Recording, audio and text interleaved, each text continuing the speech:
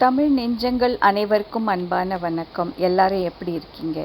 இன்றைக்கி ஜோதிஸ் வலையொலியில் நம்ம பார்க்க போகிறது ஆரோக்கியமான அதே சமயம் சுலபமாக செய்யக்கூடிய ஒரு காலை உணவு. இது எல்லாரும் சாப்பிடக்கூடியது, அதே சமயம் இரவிலேயே நம்ம செஞ்சு வச்சுக்கலாம். வாங்க வலையொலிக்குள்ளே போகலாம். எப்படி செய்கிறதுன்னு பார்க்கலாம். இதற்கு முதல்ல தேவைப்படுற ஒரு பொருள் தயிர்.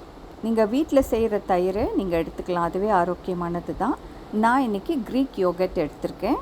இது 3 கரண்டி அளவு எடுத்திருக்கேன். தயிர் ரொம்ப பிடிக்கும்னு நினைக்கிறவங்க இன்னும் அதிகமாகவே சேர்த்துக்கலாம். அடுத்து நம்ம சேர்க்க போகிற பொருள் சியா சீட் இல்லைன்னா சப்ஜா விதைகள். இது எது இருந்தாலுமே நீங்கள் சேர்த்துக்கலாம். 1 ஸ்பூன் அளவு சேர்த்துக்கோங்க. நான் ரொம்ப சின்ன கரண்டியில் எடுக்கிறேன்.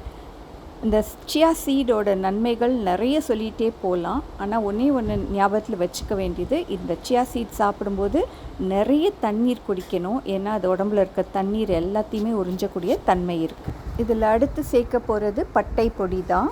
இந்த பட்டை உடம்பு குறைக்கிறதுக்கும் நம்ம பயன்படுத்தலாம். இதை பிடிக்காதவங்க ஜீரகப்பொடி கூட சேர்த்துக்கலாம்.